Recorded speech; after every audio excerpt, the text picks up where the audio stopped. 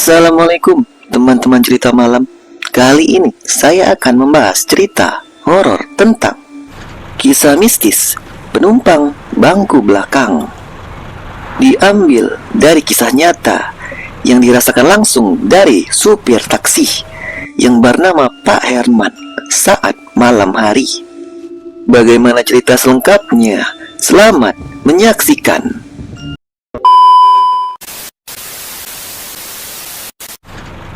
Kisah ini berawal dari pengalaman nyata seorang supir taksi bernama Pak Herman. Pria berusia 45 tahun yang sudah lebih dari 20 tahun bekerja sebagai supir malam di Jakarta. Ia terbiasa mengantar penumpang di Bandara Soekarno-Hatta hingga ke pusat kota, bahkan sampai ke kawasan industri di pinggiran.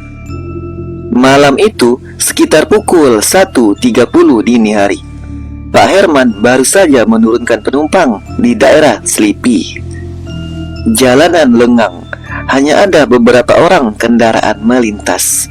Ia menghentikan taksinya sebentar di pinggir jalan untuk merokok sambil menunggu penumpang berikutnya. Tiba-tiba dari kaca spion ia melihat seseorang perempuan muda melambaikan tangannya di pinggir jalan. Perempuan itu memakai gaun putih sederhana, wajahnya pucat, rambut panjang terurai menutup sebagian wajahnya. Tanpa pikir panjang, Pak Herman menepi untuk menemuinya. "Mau kemana, Mbak?" tanyanya Pak Herman. "Ke Rawamangun, Pak," jawab perempuan itu. Pak Herman pun mengangguk dan mempersilakannya masuk. Perempuan itu duduk di bangku paling belakang, tepat di belakang kursi supir. Perjalanan aneh. Sepanjang perjalanan, suasana di dalam mobil sangat hening. Pak Herman mencoba membuka percakapan dengan wanita itu. "Dari mana, Mbak? Malam-malam gini kok sendirian saja?" tanya Pak Herman. Perempuan itu hanya menjawab singkat, hampir seperti berbisik-bisik. "Dari rumah teman, Pak." Pak Herman pun merasa ada yang aneh dengan wanita itu. Suara perempuan itu terdengar jauh, padahal jelas-jelas ia duduk di kursi belakang. Sesekali lewat kaca spion tengah, Pak Herman mencoba melirik wajahnya. Namun aneh, wajah penumpangnya selalu tertutup bayangan gelap, meski lampu jalan cukup terang. Ketika mobil melewati underpass Senen, Pak Herman mencium bau anyir, seperti bau darah bercampur tanah basah. Ia sempat mengira ada bangkai hewan di jalan, tapi bau itu tidak hilang, malah semakin menusuk ke hidungnya. Momen mengerikan. Sudah hampir 20 menit perjalanan, Pak Herman mulai resah. Ia mencoba melirik ke kaca spion lagi. Tapi kali ini ia hampir kehilangan kendali. Bangku belakang terlihat kosong, namun ia jelas masih bisa mendengar suara napas lirih di telinganya. Suara itu bukan datang dari kursi belakang, melainkan seperti tepat di belakang kepala supir, hanya beberapa sentimeter dari tengkuknya. "Pak," suara perempuan itu mendesah pelan. "Apa, Mbak?" Pak Herman mencoba tegar, meski keringat dingin mulai menetes.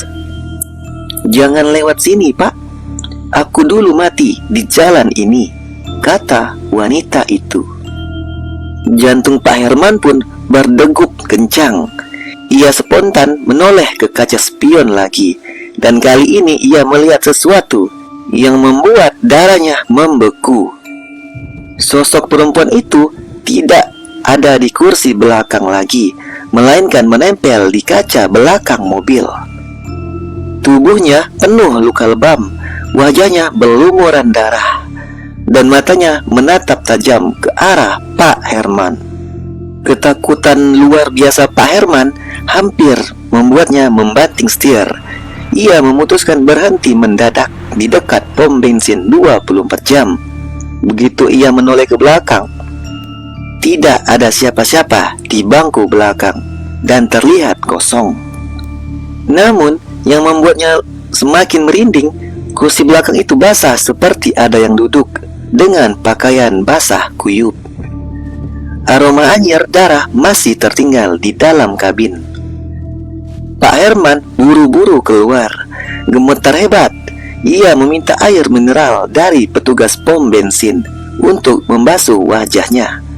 Ketika petugas bertanya kenapa, Pak Herman hanya bisa menjawab dengan singkat, "Tadi saya membawa penumpang, tapi hilang di jalan," kata Pak Herman.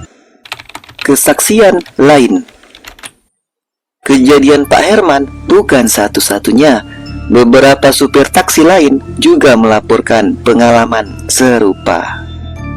Penumpang perempuan berpakaian putih naik tengah malam, duduk di kursi belakang, lalu hilang secara tiba-tiba sebelum sampai dengan tujuannya.